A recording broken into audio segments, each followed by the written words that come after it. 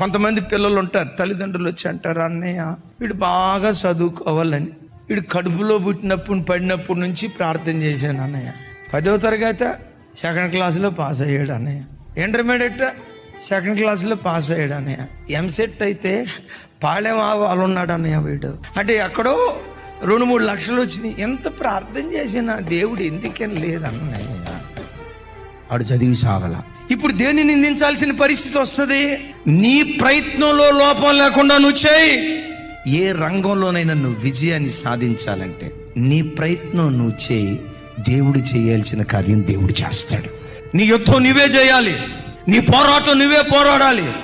కథన భూమిలో నువ్వు కాలు పెట్టి నీ పోరాటం నీవే సలిపేవాడిగా ఉండాలి.